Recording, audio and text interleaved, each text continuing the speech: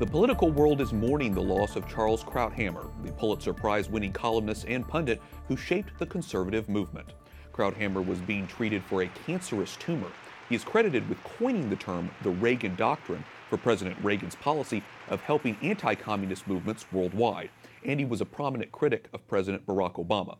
Krauthammer was 68 years old. Kathryn Jean Lopez, a senior fellow at the National Review Institute and an editor-at-large of National Review, joins us. Kathryn, welcome back to the program. What is the legacy of Charles Krauthammer? What does he leave behind? The word I keep thinking of, Wyatt, is grace. The way he just recently issued that statement telling us that he only had weeks to live, and really talked about the life well lived. And I just think of him. We need such examples. One mom expressed to me on Facebook last night, we need good role models reacting to some other terrible news stories from the week. And he was one. There are so many stories, and I have them too, of him reaching out in ways that he didn't need to make people feel less awkward or just actually go out of the way to try to help them. I have friends who were dealing with mental health issues in their families, and Charles Krauthammer, because he of course was a psychiatrist, just sort of lended an ear and some some professional advice pro bono, second bit of advice or something. He was a giving man, and you heard that in his commentary too, whether it was on TV or in his columns. He was always looking beyond the news cycle to more enduring things, and I think his book title, Things That Matter Most, probably well encompass the legacy that I don't know if he was intentionally leaving behind, but he had a sense of stewardship, and so I think part of it was intentional. Well, speaking of news in the news cycle, in his farewell note, he wrote, "I believe that the pursuit of truth and right ideas through honest debate and a rigorous argument is a noble undertaking." How do you think he actually put that into practice? Well, I think that, again, when you look at his columns and some of his writing that he did for National Review, for the Weekly Standard, besides his weekly column and his commentary on Fox News and elsewhere, you saw, first of all, a broad range of interests. He wasn't always writing about what everybody else was talking about. He was fascinated by space and creation, and he was always, if we were having a debate about stem cell research, he was always looking at underlying layers and beyond the current debate that we were having.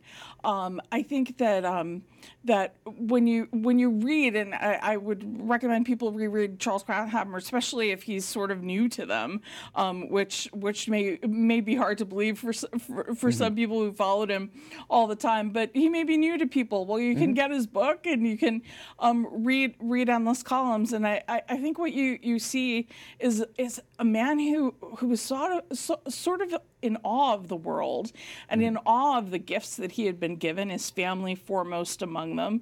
But we live at a privileged time with great beauty, and these things weren't lost on him. And in fact, they were the most important things to him, even as he was enmeshed in public policy debates from day to day.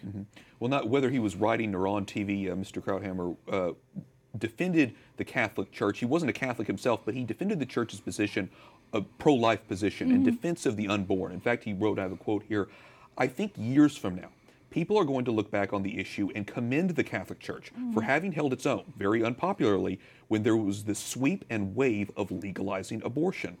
What impact do you think he had on the public in terms of some of these issues, whether it was the pro-life issue or other controversial issues that he had to tackle? I think he helped people take a few steps back and see the bigger picture and see human dignity in an integrated way. I think it helped, frankly, from his personal witness, the fact that he himself was in a wheelchair and made the best of it. I mean, he drove himself to work and got a car that was able to handle all his challenges.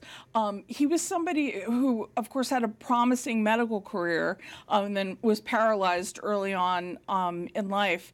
And it didn't make him a victim. It didn't make him.